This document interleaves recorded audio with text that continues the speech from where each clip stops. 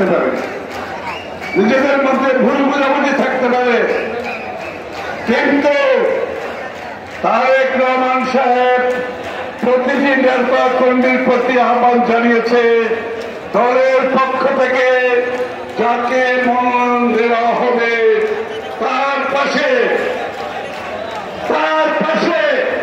সমস্ত শক্তি দিয়ে দাঁড়াতে হবে, তার বিজয় নিশ্চিত করতে হবে। এই জায়গায় কোন ধরনের প্রশ্ন করা যাবে না।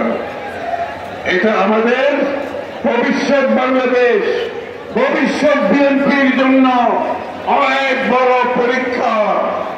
বুঝতে পেরেছেন তো? অনেক বড় পরীক্ষা। এই পরীক্ষায় উত্তীর্ণ হতে হবে বিএনপিকে, এই পরীক্ষায় উত্তীর্ণ হতে হবে আমাদের সকলকে, আপনাদের সকলকে এই পরীক্ষায় উত্তীর্ণ হতে হবে।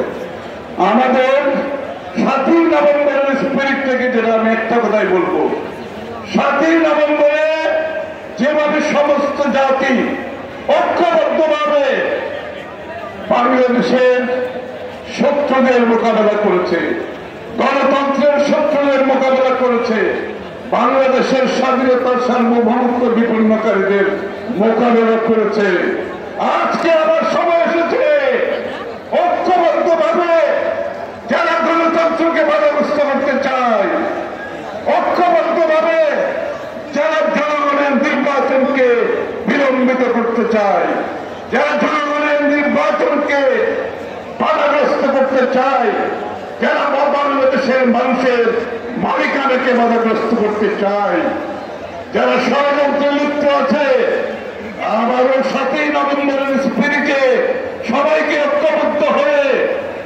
আমাদের ওদেরকে বুঝিয়ে দিতে হবে এই দেশের মালিক বাংলাদেশের মানুষ, তার মালিকানার পরীক্ষা হবে নির্বাচনের মাধ্যমে, তার মালিকানা হবে তার প্রতিনিধি নির্বাচনের মাধ্যমে, তার মালিকানা নিশ্চিত হবে নির্বাচিত সংসদের মাধ্যমে, তার মালিকানা